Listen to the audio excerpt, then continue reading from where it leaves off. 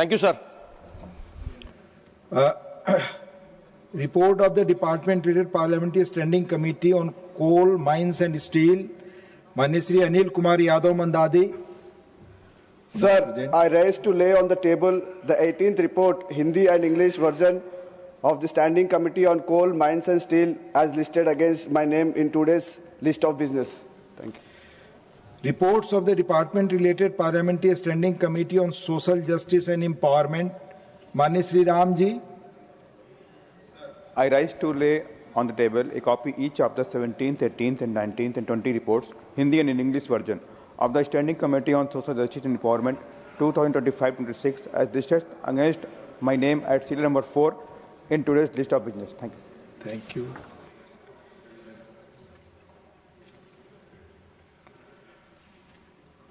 Now listed matters raised with permission 0 hour. Shriman Raghav Kumar Chadha. Sir. There is nothing much. Please, Mr. Raghav Chadha, it's not listed. Already it has been not accepted. No, sir, I am ready to speak, sir. I am ready to speak. Ruling has already been given by Honorable Chairman. Mr. Raghav Chadha, it's 0 hour. Are you availing it or not? Want to? So please speak. No. He will speak on the subject. आप बोले आपकी बात record पे जाएगी. So I'll move to other persons. Sir, what You speak. You speak from your place. The mic is on, please. You speak, otherwise I'll call some other person. Please, you speak or I'll call some other person. Raghav ji, please sit down. No, Raghav ji, speak. You cannot. I am asking him to sit down. Yes, you speak. That will go on only record. Santosh, do it after 5 minutes. You speak. Do it after 5 minutes. Mr. Raghav Chadha, you speak. You are losing your time. TRAI का data मैं बोल रहा हूँ. TRAI का data बताता है कि भारत में 125 करोड़ मोबाइल फोन यूजर हैं, जिसमें से 90% प्रीपेड प्लान के यूजर हैं. सर, आज मैं प्रीपेड प्लान के जो मोबाइल यूजर्स हैं उनकी ओर से 2 समस्याएं उठाना चाहता हूं. सर, पहली समस्या है कि रिचार्ज खत्म होने के बाद आउटगोइंग के साथ साथ इनकमिंग कॉल का भी बंद होना. सर, जब प्रीपेड प्लान एक्सपायर होता है या मोबाइल रिचार्ज की वैलिडिटी खत्म होती है तो आपकी आवाज बंद कर दी जाती है.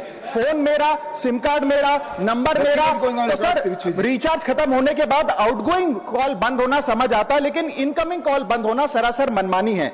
सर, हमारा मोबाइल नंबर आज हमारी डिजिटल पहचान बन चुका है. एसेंशियल कम्युनिकेशन जैसे कि UPI payment, banking OTP, train ticket OTP, PAN Aadhaar authentication, interview का कॉल, हॉस्पिटल का कॉल, मां बाप का गांव से कॉल, तमाम चीजें इनकमिंग कॉल और इनकमिंग एसएमएस से आती है और वो इसलिए बंद कर दिया जाता है कि इंसान एक रिचार्ज कराना भूल गया.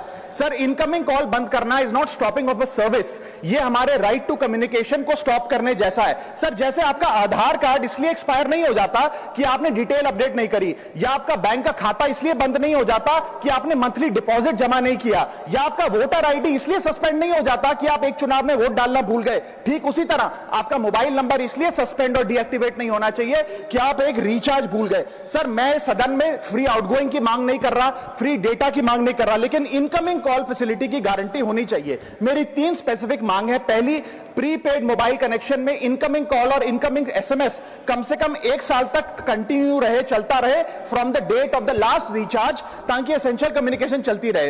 दूसरी, deactivation of the mobile number after 3 years. ऐसा ना हो कि आपका मोबाइल नंबर किसी को आपका मोबाइल नंबर बंद करके किसी और को अलॉट कर दिया जाए. कम से कम 3 साल का ग्रेस पीरियड देना चाहिए from the date of the last recharge. And third demand, mobile operator should introduce a low cost incoming only plan. वो लोग जो सिर्फ इनकमिंग के लिए फोन रखते हैं उनके लिए, जैसे कि 10 रुपए में 180 दिन की इनकमिंग कॉल की फैसिलिटी. इस प्रकार की स्कीम्स मोबाइल ऑपरेटर को लानी चाहिए. दूसरी समस्या जो प्रीपेड कस्टमर्स फेस करते हैं वो है टेलीकॉम ऑपरेटर का 28 दिन का मंथली रिचार्ज. साल में सर महीने 12 होते हैं, लेकिन 28 दिन की रिचार्ज के माध्यम से 13 टाइम्स रिचार्ज कराना पड़ता है. कैसे सर? 28 दिन into 13 times is equal to 364 days. ये एक बड़ी क्लेवर स्ट्रैटेजी है जिसके चलते आपको फीलिंग 30 दिन की देते हैं, लेकिन आपसे डीलिंग 28 दिन की करते हैं. सर, दुनिया में हर जगह बिलिंग साइकिल कैलेंडर मंथ के हिसाब से होती है, 30 या 31 दिन. आपको मंथली सैलरी, लैंडलॉर्ड का रेंट, बैंक की ईएमआई, बिजली पानी गैस का बिल, तमाम चीजें 30 या 31 दिन के महीने के हिसाब से होती हैं. लेकिन ये मोबाइल ऑपरेटर, टेलीकॉम ऑपरेटर 28 दिन के महीने के हिसाब से आपको रिचार्ज प्लान बेचते हैं, ताकि साल में एक अतिरिक्त रिचार्ज आपको मिल जाए। मैं उम्मीद करता हूं कि इसे भी समाप्त किया जाएगा। घोष जी, please. Lord Jagannath Temple in Digha is not merely a structure of brick and mortar. It is a beacon of a civilization, a culture and a philosophy of faith that Bengal has nurtured for centuries. Inaugurated less than a year ago, built in the majestic Kalinga architectural style, the temple has already drawn nearly 1 crore visitors from more than 150 countries. On Akshaya Tritiya, April 30, 2025, Bengal opened the gates of the Jagannath Temple. 213 feet of devotion rising from the shores of the Bay of Bengal, and the people responded. 1 crore devotees in just 8 months. Nearly 50,000 pilgrims every day, turning what was once a quiet seaside town into one of India's fastest rising spiritual destinations. Hotels are full, livelihoods are growing, the local economy is thriving. This is people's faith in motion. This is not propaganda. This is pure bhakti. It is not a temple built to divide, intimidate or score political points. Bengal says something very simple and very profound. We do not weaponize faith, we live it.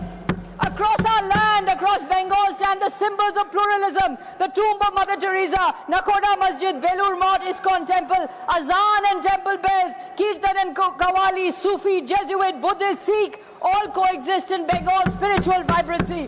Because Bengal is the rare land of Ramakrishna Paramahansa, who taught us Jato Math, Tato Path, many roads, one God. Bengal is the land of Chaitanya Mahaprabhu, whose message of humility teaches us humbler than grass, more tolerant than a tree. Bengal is the land of Swami Vivekananda, who warned us that while superstition may be the great enemy of man, bigotry is far worse. Bengal is the land of Rabindranath Tagore, who reminded us the world is a united stream of life. For centuries, our philosophy has echoed the ancient truth, Ekam Sat, Vipraha, Bahuda, Vadanti. Truth is one, the wise call it many names. And that truth is lived in Bengal every day. The Jagannath Temple in Digha welcomes every caste, every creed, every community, open, inclusive, without gatekeeping. Our Chief Minister's words capture perfectly 21st century modern secularism. Dharma Jajjar, Utshab Shabar. Everybody has their personal religion, but we celebrate festivals together. The Jagannath tradition is a civilizational bridge between Bengal and Odisha. Countless pilgrims journey along the coast and show that there is spiritual sharing between Bengal and Odisha. This is Bengal's heartbeat, people-powered devotion. We do not build temples to frighten minorities. We do not build temples to manufacture enemies. We do not build temples to claim monopoly over faith. The Jagannath Temple stands as proof that Bengal's spirituality is expansive, confident, fearless, welcoming the world while safeguarding its plural soul. Sir, I invite every member of this august house, including you, to please visit Lord Jagannath in Digha. Jai Jagannath, Joy Bangla. Shriman Harsh Mahajan ji. Honorable Chairman Sir, Himachal Pradesh is one of India's most important tourism destinations. In last year alone, Himachal welcomed nearly 1.8 crore domestic and 80,000 foreign visitors. This sector contributes greatly to the state's GDP, sustaining lakhs of livelihood. Himachal has ranked in India's most welcoming region in the last 3 years and is among the global 10 in the Booking.com Travelers Review Awards. Sir, Himachal's religious tourism potential is immense. Sacred shrines like Jwalaji, Chintpurni, Naina Devi and Chamunda attract lakhs alongside the spiritual Manimesh, Kinnar Kalash Yatras and Chamba's Lakshmi Narayan temples. Furthermore, Dharamsala, home to His Holiness the Dalai Lama and the ancient monasteries of Laul Spiti, make the state a global hub for Buddhist tourism. The state also offers world-class adventure tourism for paragliding from Birbiling to trekking in Spiti and Kinnaur and skiing in Solong Valley. I would like to thank the Honourable Prime Minister and the Government of India for strengthening tourism through initiatives such as Savdesh Darshan and Prashad, improving connectivity and promoting development. The Union budget has also announced the development of trekking routes which will further benefit Himachal Pradesh. However, sir, we must address the weaknesses of the Himalayan ecosystem. Recent disasters, including cloudbursts and landslides, serve as a stark reminder that our growth must be balanced. Challenges such as unplanned construction, waste management, parking, traffic congestion in our hills require urgent scientific intervention to protect environment and the people. At the same time, tourists themselves must act responsibly. The Himalayas are not a place for littering plastic, damaging forests, or creating disorder. Visitors must respect local culture, communities, and environment. I request the Government of India to continue its support by integrating environmental safeguards and infrastructure development. By fostering a model of responsible and sustainable tourism, we can ensure that the Dev Bhumi remains sanctuary for generations to come. Thank you, sir. Doctor Dinesh Sharma ji. धन्यवाद अध्यक्ष महोदय। आज मैं सनातन की परंपरा की रक्षा के संदर्भ में एक ऐसी समस्या को उजागर करना चाहता हूं, जो भारत के लाखों सनातनी कर्मचारियों के जीवन में एक संकट बनकर उभरी हैं। जब कोई अपने माता पिता को खो देता है तो उसे एक असंभव विकल्प का सामना करना पड़ता है। अपने धर्म का पालन करे या वो अपनी नौकरी बचाए। इसका मुख्य कारण यह है कि भारत के वर्तमान श्रम कानूनों में सवैतनिक शोक अवकाश के लिए कोई प्रावधान या दिशा निर्देश नहीं है, जबकि अन्य देशों में जैसे कनाडा, जर्मनी आदि तमाम देशों में इस प्रकार का प्रावधान है। मैं सदन के सामने 3 प्रमुख आधार रखना चाहता हूं। पहला, हमारे शास्त्रों में माता पिता की सेवा और उनकी मृत्यु के बाद के कर्तव्यों को पितृ ऋण से मुक्ति का एकमात्र मार्ग बताया गया है। भारतवर्ष ज्ञान परंपरा के साथ धर्मनिष्ठपूर्ण समाज के रूप में जाना जाता है। ऋग्वेद अग्नि को जात वेदस के रूप में संबोधित करता है, जो मृतक के सूक्ष्म शरीर को पितरों तक पहुंचाने के लिए उसे संस्कारित करती है। गरुड़ पुराण के अनुसार मृत्यु के बाद प्रथम 10 दिन प्रेतत्व की अवस्था और 13वें दिन की 13वीं और शुद्ध हवन के बाद ही परिवार पुनः समाज में लौटने के योग्य होता है। गरुड़ अर्थवेद के 18वें कांड में मृत्यु के बाद के अनुष्ठानों का विस्तृत विवरण दिया है, जिससे स्पष्ट है कि पुत्र को माता पिता का अंतिम संस्कार करना अनिवार्य है। यह केवल परिवार की भावना का विषय नहीं, यह धर्म है, हमारे शास्त्रों द्वारा निर्धारित अनिवार्य कर्तव्य है। दूसरा आधार हमारा यह है कि हार्वर्ड बिजनेस रिव्यू की रिपोर्ट कहती है कि शोक में डूबा कर्मचारी 50% तक कम उत्पादक होता है। इस प्रतिस्पर्धा में विशेष कर सरकारी नौकरी, बहुराष्ट्रीय कंपनियों में एमएनसी और निजी क्षेत्रों में एक डरावना ट्रेंड उभर कर आ रहा है। काम के भारी बोझ और ऑलवेज ऑन डिजिटल संस्कृति के कारण बच्चे अपने माता पिता के अंतिम संस्कारों को मात्र 2 या 3 दिन में समेटने को मजबूर हैं। यह स्थिति न केवल धार्मिक दृष्टि से विनाशकारी है, बल्कि मानसिक स्वास्थ्य के लिए भी घातक है। जब वह अधूरी रस्म के साथ लौटता है तो शरीर वहां होता है, मन में ग्लानि और अपराध बोध से वो दबा होता है। हम इंसान तैयार कर रहे हैं या मशीनें? मान्यवर, हमारा इस संदर्भ में कहना है कि हमारी जो परंपराओं को अगली पीढ़ी को हस्तांतरण का बीड़ा भी घर के वरिष्ठ सदस्य के ऊपर होता है। जो आचरण वह करेंगे वही भी अगली पीढ़ी सीखेगी। तीसरा आधार हमारा यह है कि संवैधानिक अधिकार हमारा है कि अभी हाल में मद्रास उच्च न्यायालय ने कहा कि माता पिता का अंतिम संस्कार संविधान के अनुच्छेद 25 के तहत एक मौलिक अधिकार है और इसके तहत उन्होंने छुट्टी का प्रावधान किया है। वेतन समिति ने भी, जो 5वीं संसदीय समिति थी, उसने भी शोक अवकाश की सिफारिश की है। मैं भारत सरकार के जो एमएनसी निजी क्षेत्र में अंतिम संस्कार करने वाले कर्मचारी को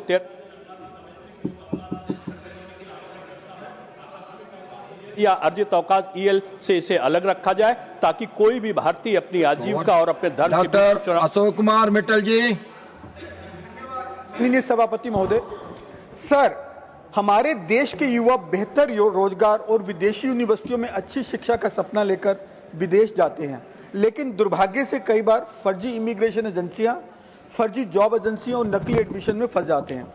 सर, केवल चंडीगढ़ में ही पिछले 5 वर्षों में इमिग्रेशन फ्रॉड के 433 केसों में 74 करोड़ रुपए की ठगी हुई। सर, सरकार ने 3000 एजेंटों को ई पोर्टल पर अवैध घोषित किया, लेकिन फिर भी सोशल मीडिया के गुमराह करके उनको विदेशों में भेज दिया जाता है। सर, इसके परिणाम स्वरूप साउथ ईस्ट एशिया में 20,000 भारतीय युवा बंधक बनकर इनह्यूमन कंडीशन में से रह रहे हैं।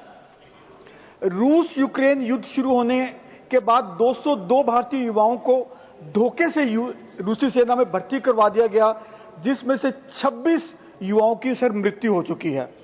राजस्थान के अजय डोगारा, उत्तराखंड के राकेश कुमार जैसे लोगों ने अपनी जान दे दी। अब सर, ईरान इजराइल संघर्ष के कारण हमारे नागरिक फिर खतरे में आ गए। गल्फ ऑफ अमन में टैंकर पर हुए हमले में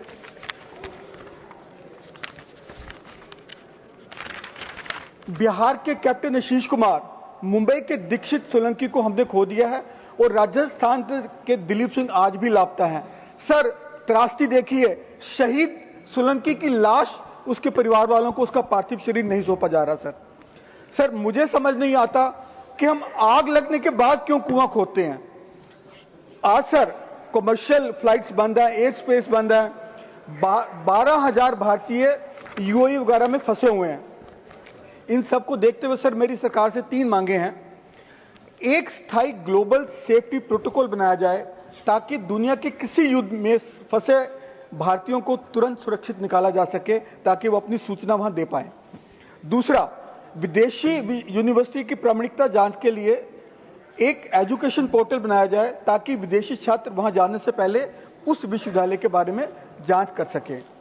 तीसरा, विदेशी रोजगार के लिए अलग वेरीफाइड पोर्टल बनाया जाए ताकि कोई भी जॉब में जाने से पहले उसके द्वारा उस पर्टिकुलर कंपनी के बारे में जान सके। सर, यदि हम ये कर पाएंगे तो जो हमारा प्रोएक्टिव अप्रोच नहीं होती हमेशा, वो होनी चाहिए। हम अपनी अप्रोच को देखते हुए पहले ही सिस्टम बनाएं ताकि जो बार बार जो हमारे भारतीय विदेशों में जाके फंस जाते हैं उनको ये त्रासदी ना झेलनी पड़े, माता पिता को अपने बच्चों के पार्थिव शरीर ना देखने पड़े। ये मेरा सरकार से निवेदन है, और ताकि हमारे लोग कहीं भी गलत एजुकेशन और गलत नौकरी के झांसे में आके अपनी जिंदगी तबाह ना करें, अपने पेरेंट्स की जो जमीनें बेच जाते हैं वो उसमें तबाह। श्रीमान रामजी लाल सुमन जी।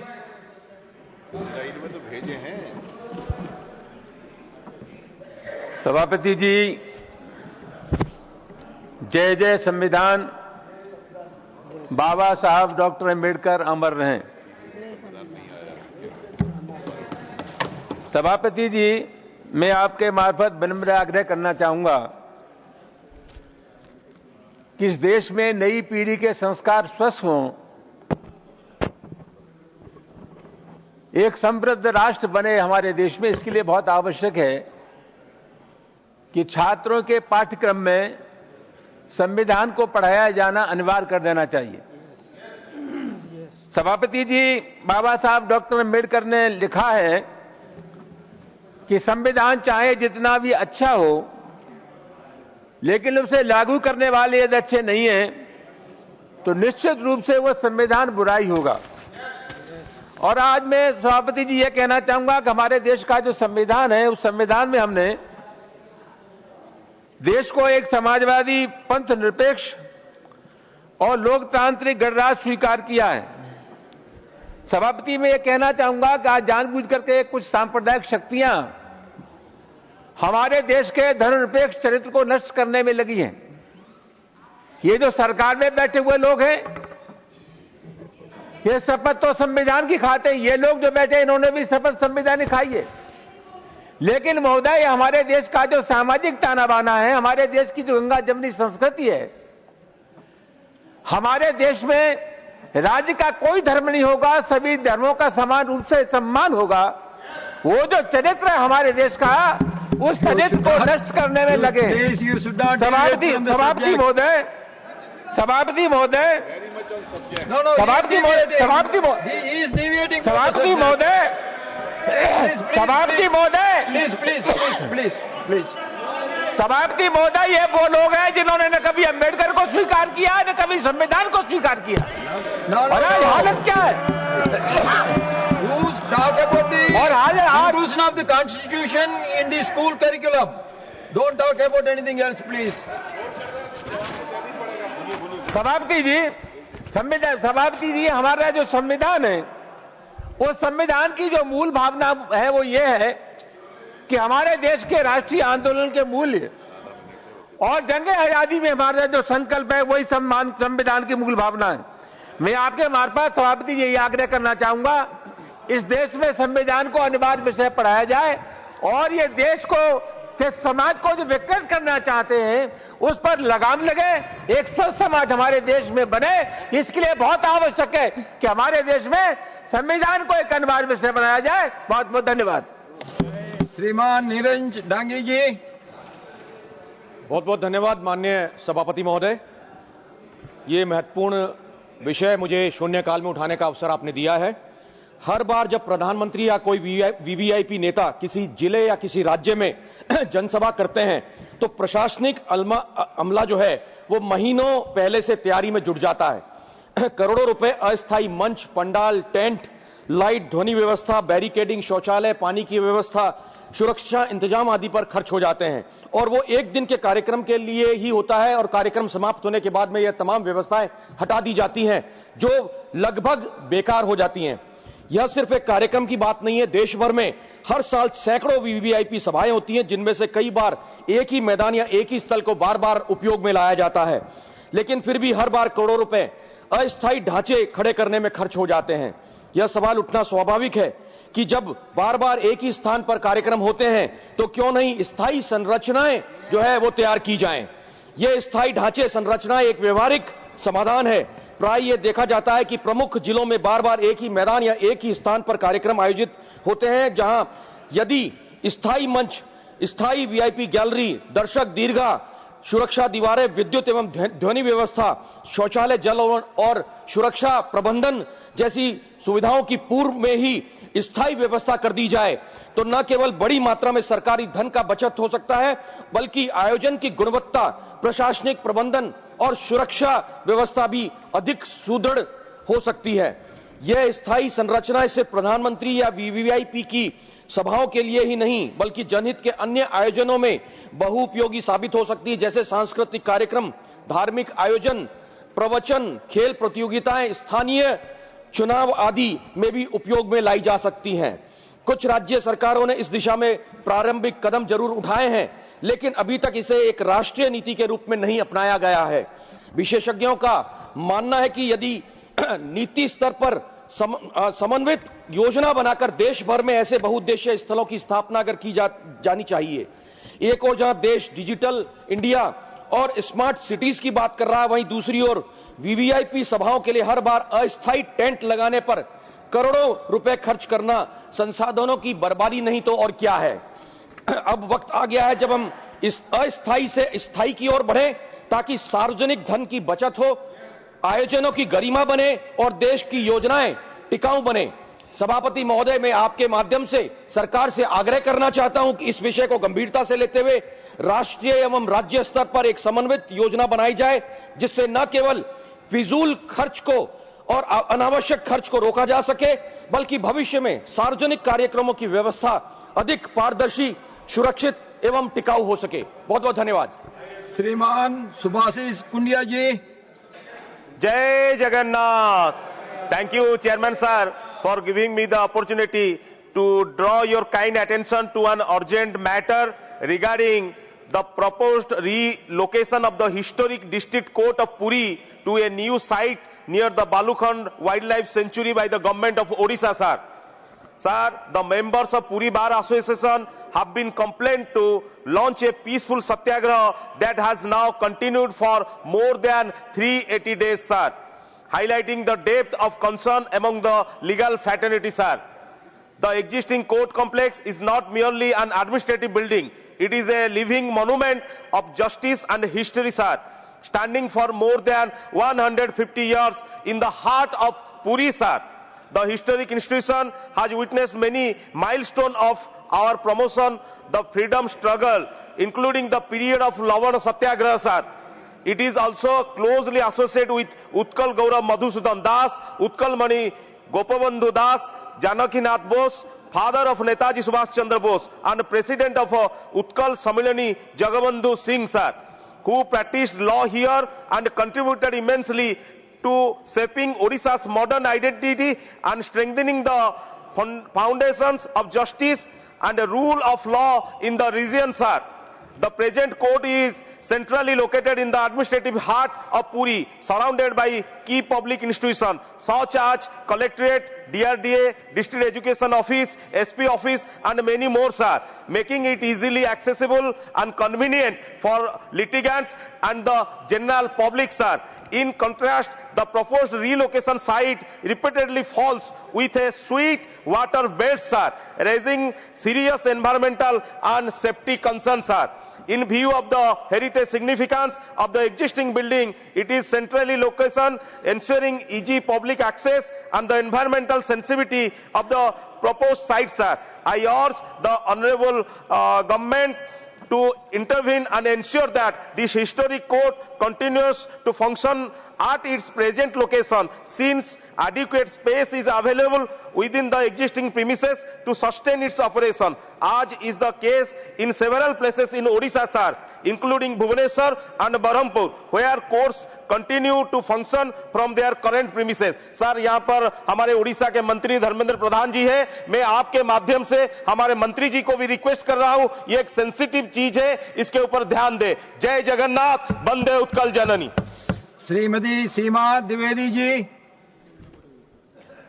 आदरणीय सभापति महोदय,